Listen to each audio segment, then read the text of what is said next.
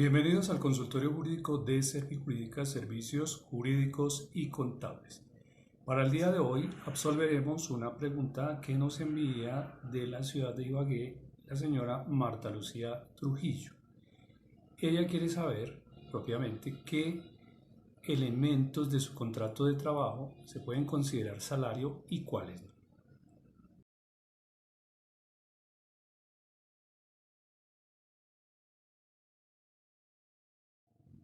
En primer lugar, vamos a ver una distinción que hay entre los tipos de retribución salarial que puede recibir un trabajador.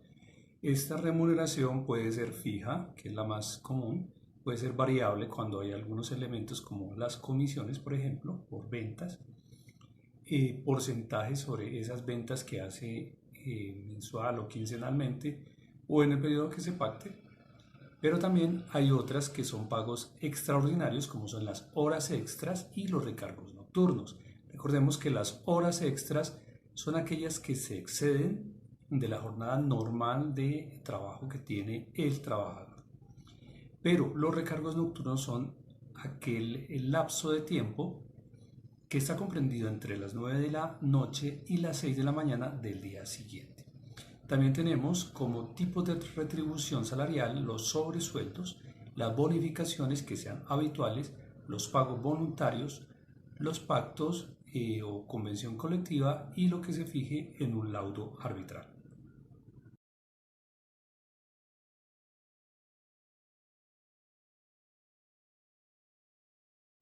En cuanto a las modalidades de remuneración, tenemos la más común, que es el pago de salario, que puede ser por periodos, puede ser diario o jornal, puede ser semanal, puede ser quincenal o mensual. En cuanto al salario en especie, hay que tener en cuenta que este se puede pagar parte en dinero y parte en algún otro elemento, como es por ejemplo la alimentación o la vivienda en el caso de las empleadas domésticas. Pero tengamos en cuenta que si esa persona se gana hasta un salario mínimo, no puede superarse el 30%.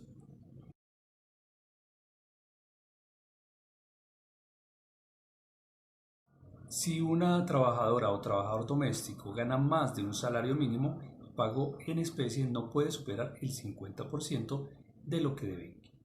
También tenemos otra clase de remuneración que es por unidad de tiempo, otra por unidad de obra. En esta es muy importante porque se da, por ejemplo, en los trabajadores del campo que cobran su salario con una parte de lo que produce la tierra. Por ejemplo, si se trata de cultivar 10 hectáreas de, supongamos, de papa, el dueño del terreno puede darle, por ejemplo, 2 o 3 hectáreas como remuneración por su trabajo, o sea que no le paga directamente un salario. El destajo también es importante, por ejemplo, entre los taxistas. Cuando el taxista entrega al dueño del vehículo cada día un pago, está sacando a su vez una parte que es para su salario mismo. Recordemos, como en otro capítulo lo indicamos, que el taxista tiene derecho a todas las remuneraciones laborales como cualquier trabajador.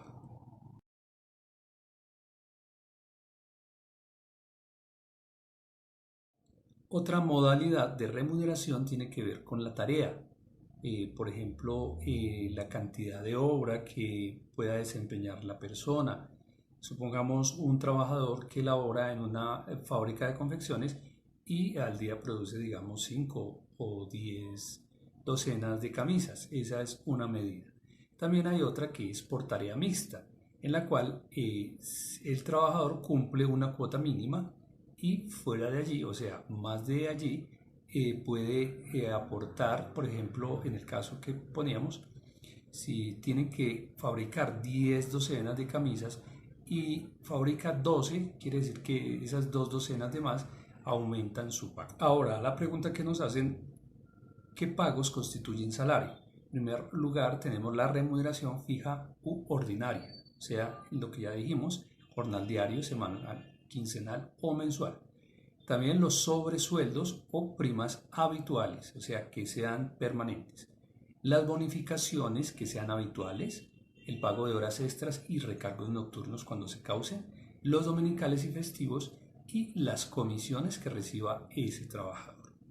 En segundo lugar, ¿qué pagos no constituyen salario? O sea, no están incluidos en el salario.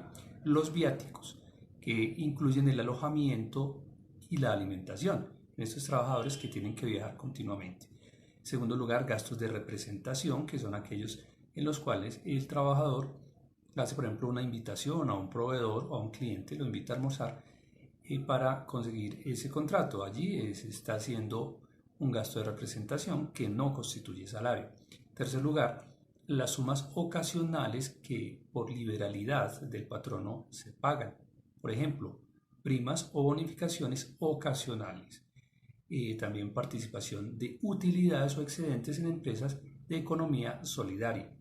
Y también para desempeñar funciones como gastos de representación, que ya lo mencionamos, elementos de trabajo o medios de transporte. En conclusión, no constituyen salario, no hay que confundirlo.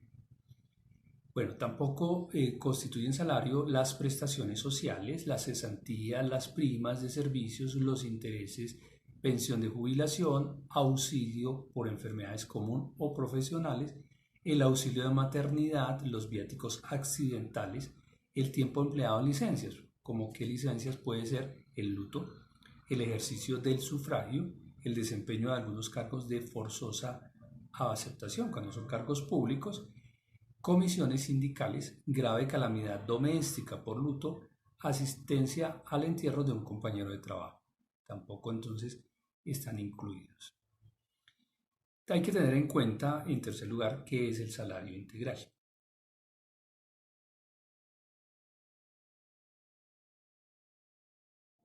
En el salario integral, el trabajador recibe una remuneración que es como mínimo de 10 salarios mínimos legales vigentes, más un 30% que viene a sumarse a los anteriores y da más o menos unos 13 salarios mínimos mensuales.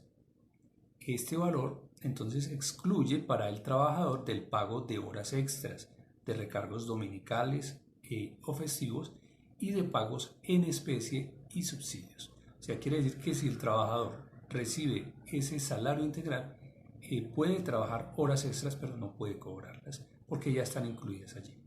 En cuanto a las vacaciones, sí se le deben pagar. Si no se pacta por escrito, se presume el salario ordinario y tiene derecho a todas las prestaciones.